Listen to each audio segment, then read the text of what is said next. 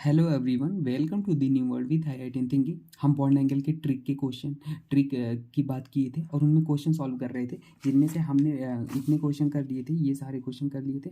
आज हमने यहाँ से सॉल्व करना है, ठीक है ना। हमने ट्रिक तो बात बता दिया था आपको, फिर से हम रिवाइज करा देते हैं। हमारी ट्रिक ये थी, हमने बताया था ऐसे रूल को हमको इस स्टेप में चलना है। हाइब्रिडाइजेशन देखना है सबसे पहले, फिर हमको देखना है अगर लोन पेयर है उसमें सेंट्रल एटम के पास, तो हमको ये फॉलो करना है। ये मैंने लिखा है अच्छे से, आप देख सकते हो। अभी क्वेश्चन करेंगे तो आप समझ जाओगे। और NBEPR सोचना है SP3 के केस में, और अगर ऐसा कंडीशन है तो NBEPR देखना है।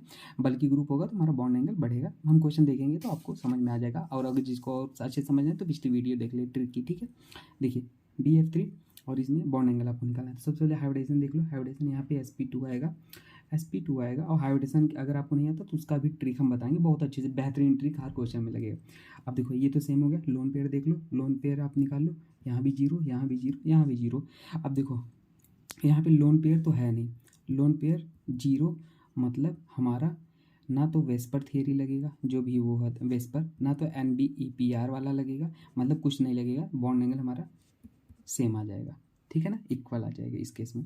अब देखो NH3 PH3, इसमें देखोगे तो एक साफ साफ दिख रहा है PH3 और H2S हमारा ये क्या है, ड्रैगो है। ड्रैगो मतलब सबसे लास्ट में होंगे।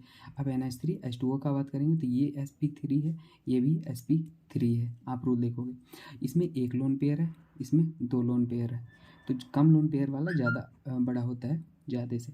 फिर H, ठीक है, H2O, और ये ड्रैगो तो सबसे लास्ट में थे।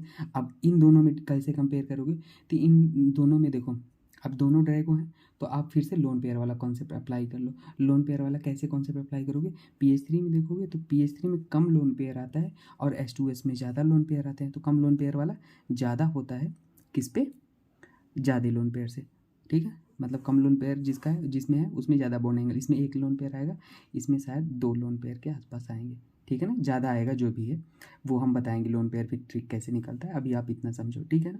तो ये होगा, क्योंकि अब यहाँ पे अगर रूल ड्रैगो में भी कंपेयर करना हो तो आपको लोन पेयर के थ्रू जा सकते हो फिर से, ठीक है ना। तो अब देखो इस क्वेश्चन को आपको करना है। तो सबसे पहले हाइब्रिडाइजेशन, ये NO2 प्लस में SP, इसमें SP2 और इसमें निकालेंगे SP2 आ गया। लोन पेयर जीरो, और हमारा NO2 में मान लो इतना आ जाएगा तो एक लोन पेयर आएगा, और इसमें भी जीरो लोन पेयर आ गया। तो एक चीज़ तो क्लियर है, SP वाला सबसे बड़ा होता है, SP, फिर SP2, फिर SP3, तो तो हमारा क्लियर हुआ NO2 प्लस सबसे बड़ा होगा। अब अगर बात करेंगे इन दोनों में, तो जितने कम लोन पेयर वो ज़्यादा बड़ा होगा, तो NO3 माइनस फिर NO2 माइनस, ठीक है। अगर किसी को नहीं समझ में आए तो देखो ऐसे लगेगा। देखो हमने बोला lone pair inversely proportional to bond angle, जितना कम लोन पेयर बॉन्ड एंगल उतना ज़्यादा। तो देखो NO3 और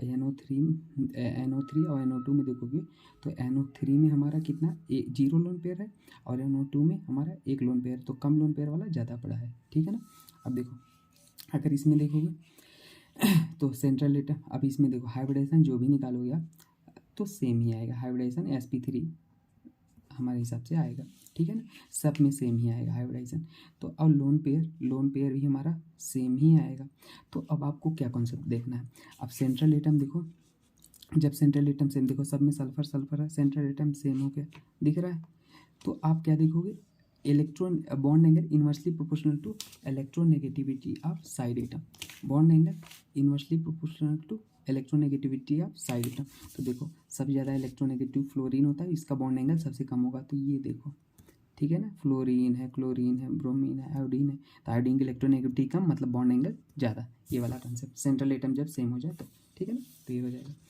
अब देख लो अगला क्वेश्चन क्या है, NCl3 है और NF3 है, और हमारा क्या है PH3 है। तो NCl3 में ये NBEPR लगेगा, पहले ही लिख दिया था NCl3 में।